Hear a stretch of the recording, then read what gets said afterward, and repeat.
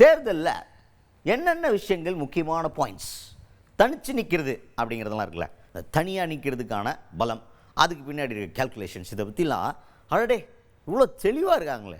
என்ன தான் அவங்கள வந்து உசுப்பேற்றுற மாதிரி சில விஷயங்களை கேட்டாலும் ரொம்ப பொறுமையாகவும் பக்குவமாகவும் பேசியிருக்காங்களேன்ற லெவலுக்கு ஒருத்தவங்க பேசியிருக்காங்க. பேசினது யார்?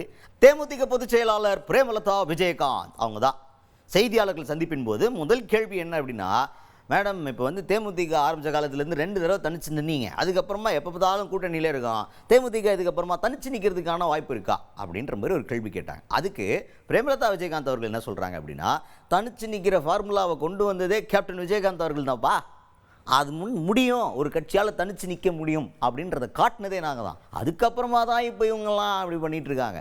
தனிச்சு நிற்கிறது இப்போ சீசன் கிடையாது, ஜெயிக்கணும் அதான் சீசனு அப்படின்ற மாதிரி ரொம்ப கருத்தாக பேசியிருக்காங்க பிரேமலதா விஜயகாந்த் அவர்கள்.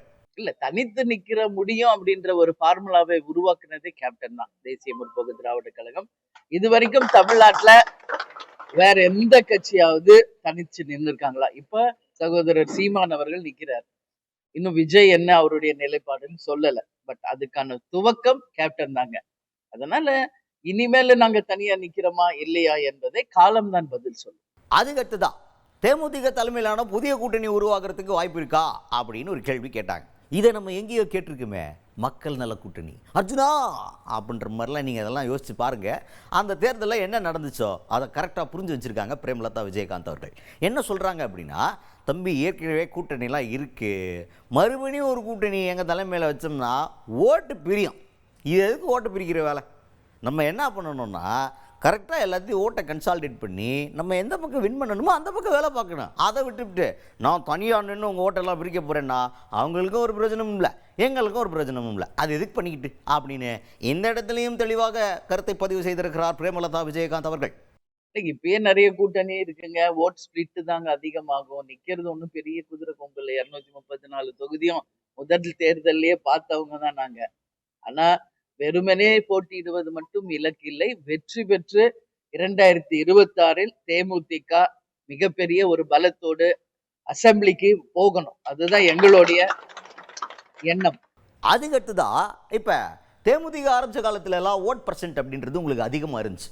அதுக்கப்புறம் படிப்படியாக கொஞ்சம் கொஞ்சமாக குறைஞ்சி கழுத தெரிஞ்சு கட்டெரும்பான கதையாக மாறிப்போச்சு அப்படின்ற ஒரு கேள்வியை கேட்குறாங்க. அதுக்கு பிரேமலதா விஜயகாந்த் அவர்கள் ஒரு கணக்கு சொல்கிறாங்க. அவங்க சொல்கிற கால்குலேஷன் கரெக்டாக இருக்குது. ஏன்னா இப்போ நம்ம என்ன சொல்கிறோம், நீங்கள் தேர்தலுக்கு வந்த புதுசில் கட்சி ஆரம்பித்து ஃபஸ்ட்டு தேர்தலாம் சந்திக்கும் போது பயங்கரமான பர்சன்ட் அப்படின்னு கேள்வி கேட்குறோம். அவங்க அதை தான் சொல்கிறாங்க. நாங்கள் வந்து ஃபஸ்ட்டு போட்டிட்டது 234 தொகுதியிலையும் போட்டிடுறோம். சட்டமன்ற தேர்தலில், நாடாளுமன்ற தேர்தலில் 40 தொகுதியிலையும் போட்டிடுறோம். அப்போ வாங்கின ஓட் பர்சன்ட்டை தூக்கிட்டு வந்து அதுக்கப்புறமா நாங்கள் கூட்டணி சேர்ந்ததுக்கப்புறம் 4 சீட்டு 5 சீட்டு 10 சீட்டு இப்படி நாங்கள் போட்டிக்கிட்டு இருக்கப்போ இது கூட கம்பேர் பண்ணுறது it's a wrong comparison.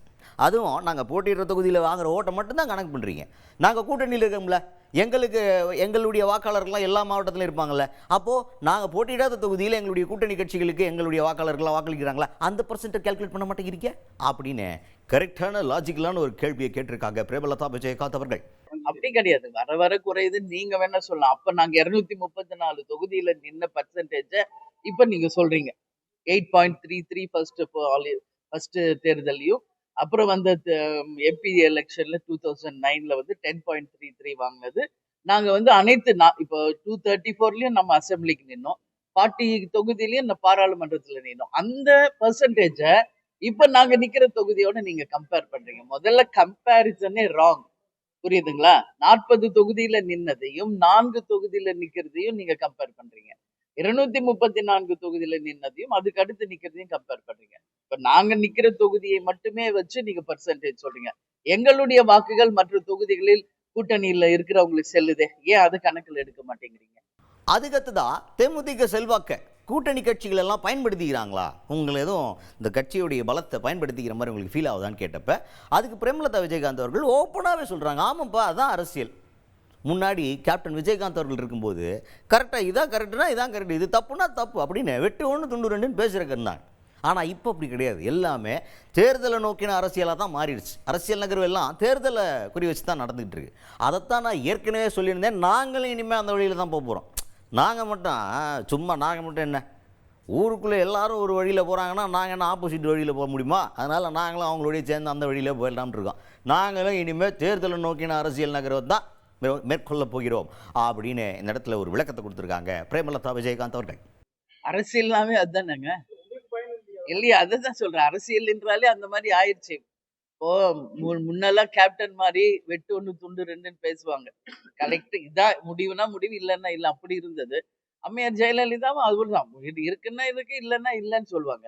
So அந்த மாதிரி இருந்ததுதான். இப்ப அரசியல் ஆதாயம் அப்படிங்கிறது வந்து தேர்தலை நோக்கி தான் வந்து இன்னைக்கு கட்சிகளும் சரி, அரசியலும் நகருதுங்க. அதனாலதான் நான் அன்னைக்கே என் பிரஸ் மீட்ல சொன்னேன். எங்களுடைய நகர்வும் இனிமேல தேர்தலை நோக்கி அரசியல் கண்ணோட்டத்தில் தான் இருக்கும் அப்படின்றத நான் தெளிவாக உங்களுக்கு பதிய வச்சேன்.